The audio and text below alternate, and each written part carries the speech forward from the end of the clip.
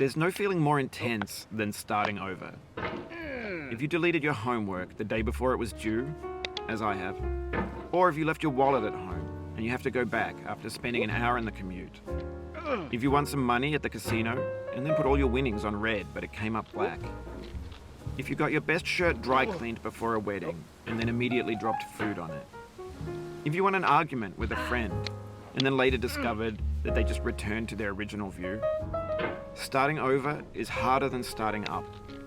If you're not ready for that, like if you've already had a bad day, then what you're about to go through might be too much. Feel free to go away and come back. I'll be here. Alright, thanks for coming with me on this trip. I'll understand if you have to take a break at any point. Just find a safe place to stop and quit the game. Don't worry, I'll save your progress, always, even your mistakes. This game is a homage to a free game that came out in 2002, titled Sexy Hiking. The author of that game was Youareasmellyduck, a mysterious Czech designer who was known at the time as the father of B games. And B games are rough assemblages of found objects. Designers slap them together very quickly and freely, and they're often too rough and unfriendly to gain much of a following. They're built more for the joy of building them than as polished products. In a certain way, Sexy Hiking is the perfect embodiment of a B game. It's built almost entirely out of found and recycled parts, and it's one of the most unusual and unfriendly games of its time. In it, your task is simply to drag yourself up a mountain with a hammer.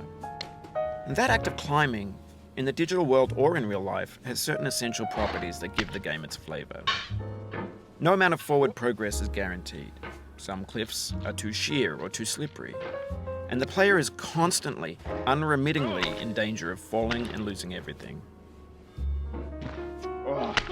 Anyway, when you start Sexy Hiking, you're standing next to this dead tree that blocks the way to the entire rest of the game. It might take you an hour to get over that tree, and a lot of people never got past it.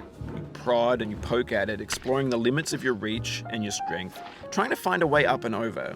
And there's a sense of truth in that lack of compromise.